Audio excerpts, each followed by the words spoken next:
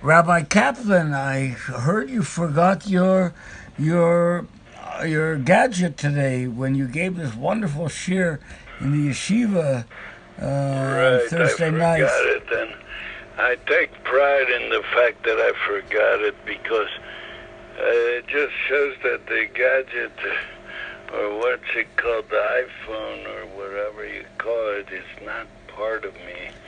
It's not attached to But me. you I Mizrachi don't go Klal around with it, Yisrael. so I forget to take it to record And I'm this. going to tell you one thing, interesting thing is 31 second drasha, the difference between I Gufa. can hear so good. We talked a few days ago about the difference between Gufa and what was the other one? What? What? If the Gemara wants to go back to something. So sometimes it says Guf. There's Goofa and there's Oman. Right. So in this, I put up that 31 second drasha from our official Shechter, and 118 people have looked at it already. Wow. So we're Mizrachi. People know which is which now. It's a very important drasha. And if anybody's listening to Rav Kaplan, I recommend you listen to it. I put it up yesterday, 2 days ago. Yeah, Rabbi Kaplan, what did you say tonight? So, so tonight I sat with the Bachrim in order to learn our Seder in Sefer Shmuel that we're learning. And I learned two psukim, I think, Perek Aleph, Pasuk Yud Aleph, Yud Beis. And they started talking, I don't even know why they started talking about what is Zionism. That was actually the subject. And how do we get to it? I might remember or I might not remember. But what I thought, I saw that there were things that they didn't know. But I mean, there are certain things in history that are important to know. That means to understand Yiddishkeit. There are certain things in history that you have that are very important to know. So now, so I told them that there was Herzl, that he was a report. They asked me, what was he? What was he? See, the new generation don't know a lot of simple things. He was a reporter for a newspaper. That means he was a writer. He knew how to write. Probably knew how to think a little bit also. And so he saw the Dreyfus case, and he asked himself, why did this happen? What did they have so much against the Jewish people? If there wasn't anti-Semitism, probably it wouldn't have been the Dreyfus case. And it was all sheker. It was all a made-up story. And they persecuted him and they put him in jail until finally special hashgacha pratis happened and he got out. So Herzl said maybe it's because we're not independent. We are just a nation, what's it called, a certain ethnic group that are spread out all over. And we're persecuted. So why don't we make our own state and be independent and have something? And then they won't hate us. That's what he thought. Now, according to his amaratzis, according to his ignorance, that might have been an answer to the question. And the solution might have been to have our own state. But in the end, what turned out? That it wasn't the solution, because they still hate us. And the 7th of October showed it. Good, you might say Arabs are different. But after the Arabs did what they did, the whole world came again. How could you be against us? Yet, after what they did, such cruelty, the world is still against us. So what do you see from here? That there is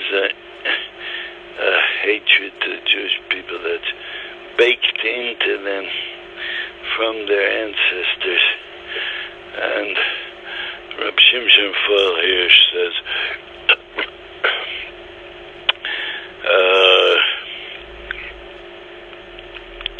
Rabbas Turunim Menura Gam Layochli Rabbas Turunim Menura.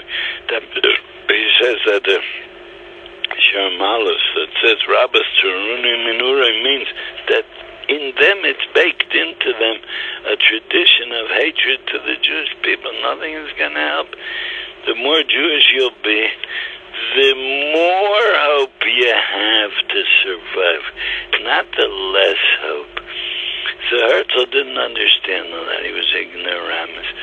So he thought that's because we're spread out. So have our own country, we'll be independent, they won't hate us. And then they made our own country and they still hated us. So I said the important thing to remember is that the evil is very powerful. That's what I told them. And I always say this, and I got it from Rabbi Yerucham in the second volume, the Maimara that starts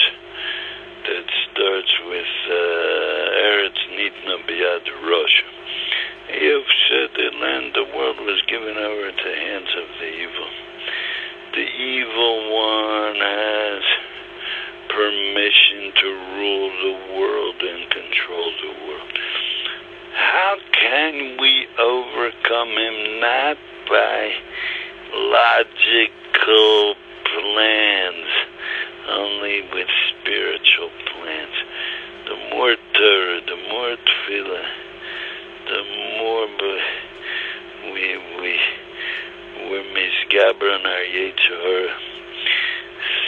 That is what fights him and what gives him. Do you know what I just remembered? That they say that when the Ger Tzedek was killed on Kiddush Hashem, there was a tremendous mapola to the Sultan and his soldiers and his Katilei, like it's called, his gang. The Sultan and his gang had a tremendous mapola. Yesh Amrim, that the Ruach HaTumah that rests on the hands when you sleep at night became weakened, and you don't have to wash Negelwasser next to the bed. That's what some Gedolim said. Rabbi Kaplan, which Gedolim do you remember? No, I'm trying to remember who said it. Could it be Reb Shlomo Zalman said it? It could be. It could be that he says it was such a Kabbalah in Lithuania. Of course, I would say that it's better to put Negelwasser next to the bed anyway, because if you get up without washing next to the bed, so you forget and you might start walking around and not wash right away. Really, you should wash Negelwasser as soon as you get up. It's an interesting thing. Why would Dafka that? I know somebody that doesn't wash by the bed, and he never forgot once in his many years. Never forgot once to wash Negelwasser. He got up and he walks to the sink. It never happened once. Right away. Yeah. So good, okay, you go to the sink right away. I'll tell you another thing, you're right, but it's hard to be mechanech the children that way. Yeah, I find it a little bit hard to be mechanech the children to wash right away. Okay, whatever, I'm not getting into that. But I do put next to the bed, whatever it is, but what's more important is that you see, he did such a meisim. We look at it like a story, but up there, it's more than a story. It's a war. It's a nitzachon. It's we won. It's a didon notzach. In this world, they saw that they took him there and they burned him. And he died, and they put his ashes, and the grove was buried next to his ashes. But in that world, it's a melchoma that we won. So I'm saying like this, that every little hisgabrus that we do, every time we make an effort in Inyana and Kedusha and Torah and Mitzvahs, so we make an effort, we force ourselves something. So that's called bombing them, shooting at them, shooting missiles at them. That we can do. I think it's very important that we should be mitzayer to imagine to ourselves. Let's say like this. By me, it's very hard to get up in the morning. Well, lately I'm having a lot of trouble with it. Once I get up, I'm still tired. Then I have a big HR that says, so daven at home, and sometimes I really do it. But then I say to myself, Le'olam, you have a heter to daven at home. But if you'll be misgaber and you'll go daven in shul, you'll be shooting at them strong, powerful missiles, and they'll fall, and there'll be a big Yeshua for Klal Yisrael with that. So you're not going to do it. That's what I say to myself. And then I go to shul and daven in the late minyan, 9 o'clock. That's what happened to me when I was younger. I used to daven nets, 10 straight years I davened with the nets. And then I fell, and it's also physical weakness that causes it. So I'm saying like this, that it's not gonna help to complain about the evil. The evil is evil, and evil was to evil. We have to remember we can shoot at the evil. We have missiles that we can shoot at them. We have missiles that can make them fall. We have to remember that all the time. And how many stories were there that there were plans to plant bombs and to kill, and it didn't happen, and they were not successful. They say, I was at a Sheva Brachos last night. Rav Spitzer made a Sheva Brachos for his grandson. And one of Rav Spitzer's sons talks, and he was saying, you know what kind of miracles happened the last few weeks? Miracles happened. There were 3 times that they put big bombs in cars, and it didn't go off, or it did go off, or it didn't kill anybody.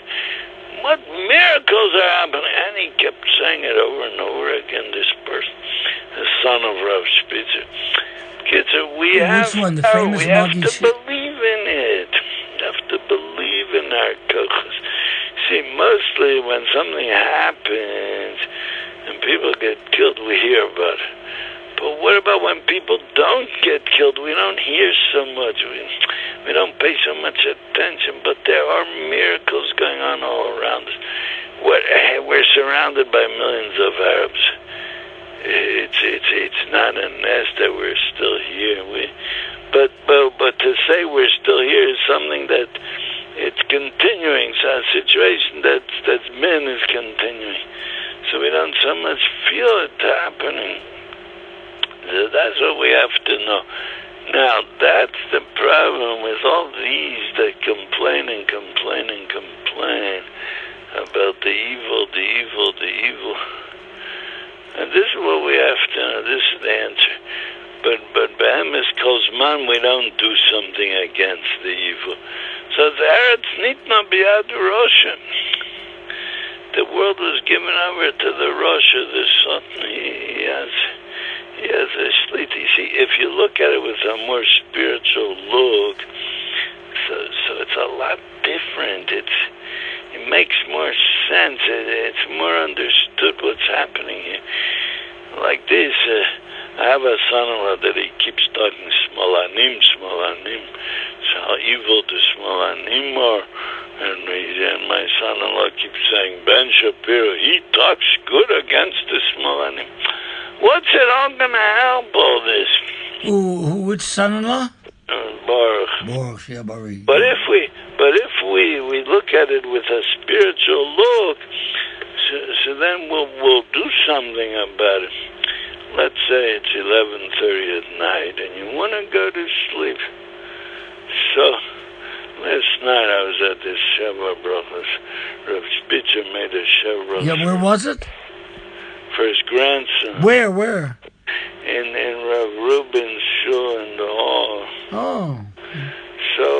So then the doctor was there. What's his name? Dr. Geller. Dr. Geller, Shebari, yeah. So then he got up at 11 o'clock and he said Mazel Tov and he has to go. So Rav Spitzer said, why are you leaving? Why are you going? He said, I have to go to sleep. Very simple. I have to go to sleep.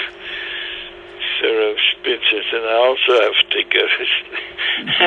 Anyway, so there was this Sheva Brachas. So what was I? I forgot what I was going to say. So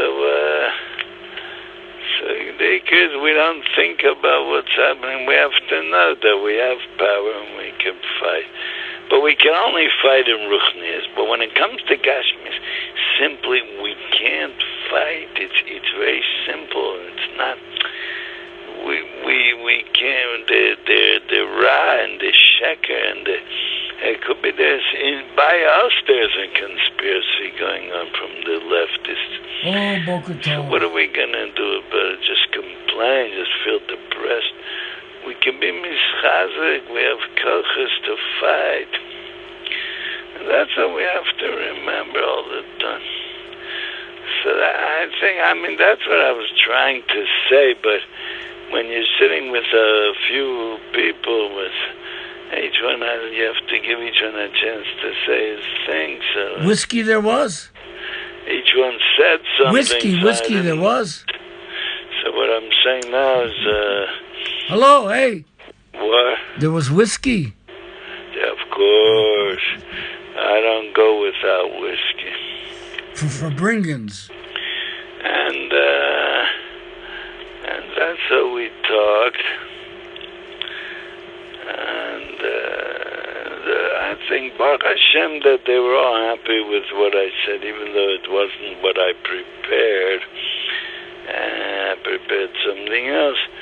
But it was good that they heard all this, and that's it. So I hope next time I remember to bring my gadget and record it, and I hope I'll remember how to send it out.